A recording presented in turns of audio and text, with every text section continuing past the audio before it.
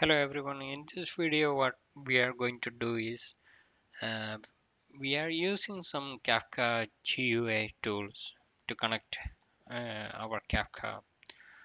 Maybe it's a Mac installed one or a Docker installed one, and connecting that one with our connecting that with our yeah, GUI. So how we will do that? So different ways of doing that. If you search Kafka GUIs, you will get a list of GUIs usually people are using. So this is a yeah, most of the companies using Kafka tool. So you can install Kafka tool. So in this case, I am going to a different approach. Actually, I have Visual Studio Code. So I can install some of the plugins. So if I am going here extensions and I am just searching Kafka, I can see some of them. So I'm going to install this one. This one is an extension created by some of the yeah JV Anderson or something. So I'm going to install that one, and let's see how I can connect that one with my Kafka instance. So how we will do that? So after installation, I got something like this, but I need to go to my configuration. Then only I can connect this for this one. So probably configuration. I guess it's not there actually. In code, I have um, I have something like installation, not installation. No, Kafka host is configured. So I need to click here, manage extension. Not manage extension. This is for managing extensions. So I need to go to the configuration. So that's a thing I need right now. So how I will go here? Here you can settings. So in settings you can just type Kafka.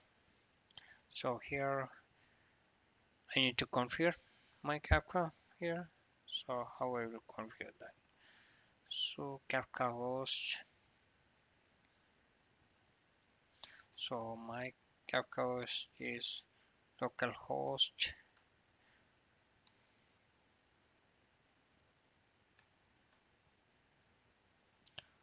10. What will be my probably 9092. That's my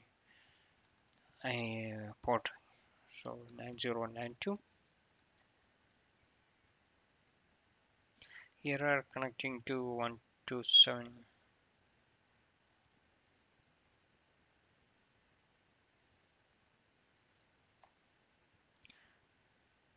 127.001.9092. So I have some issues here.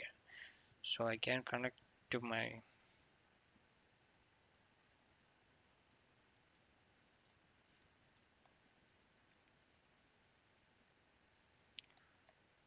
probably, let's see, failed to connect this cluster.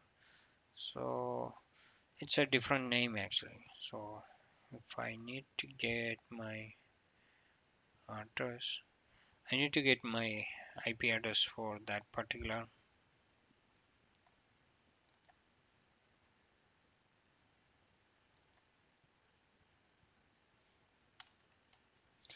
Okay, here you can see my bash is running right now. So that's my previous video. I tried to run my bash.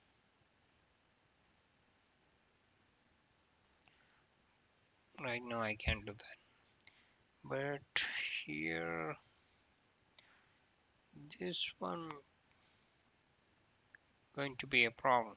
So I have Kafka Zookeeper on my 2181 and I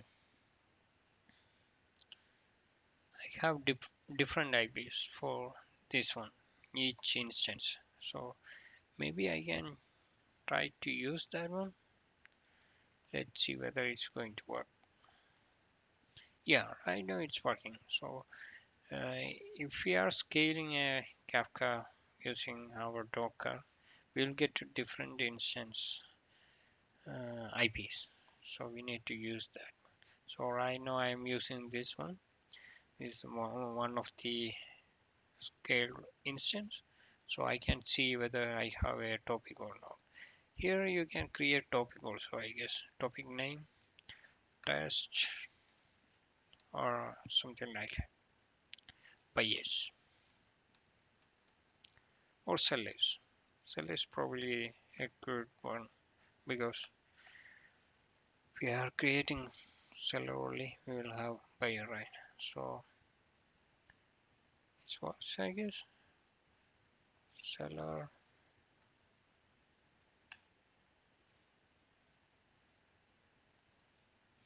seller must be a positive number of partitions.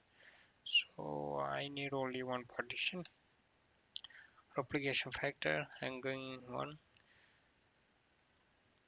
Cannot read properties of undefined. Maybe something problematic here. Okay,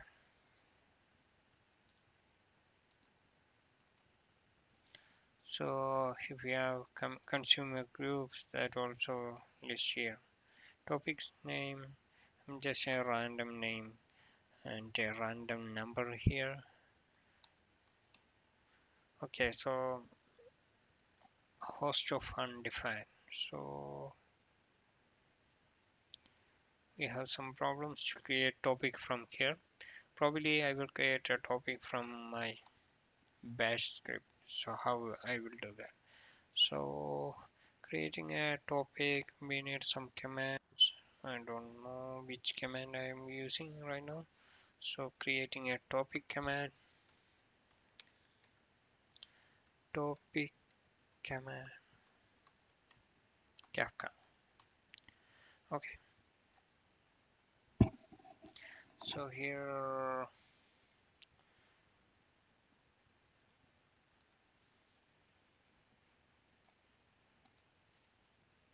I'm just copying this one.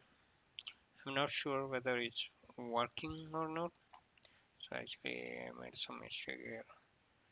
So this is a topic that I need to copy.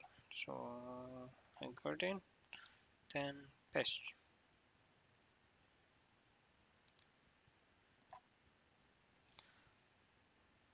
Kafka topics .sh. No. Okay, I have a bin folder. So if I am going to bin, I can see what else I have. So here something else. Okay, so this is not the real SSH for that particular Kafka. So what I will do in this case, I need to run from a command line, but how I will do that? I tried to run this one, but it didn't work actually. It went to some other places, I guess. Okay, let's see that in my next video probably because I'm consuming lots of my times for that one. I will find a solution and I will come with that. So basically what we learn on this one is just to use an extension to connect to the Kafka. So I can see the Kafka in my next video. Probably I will show you how I can see the topics, and whenever someone is posting into that, how we will track that in our Visual Studio Code extension. So that's all about Kafka GUI for Visual Studio Code. So next video probably I will go more deep on that topic. Then later we will go to Kafka tool probably after some of my videos. Okay, thank you for watching right now. next video.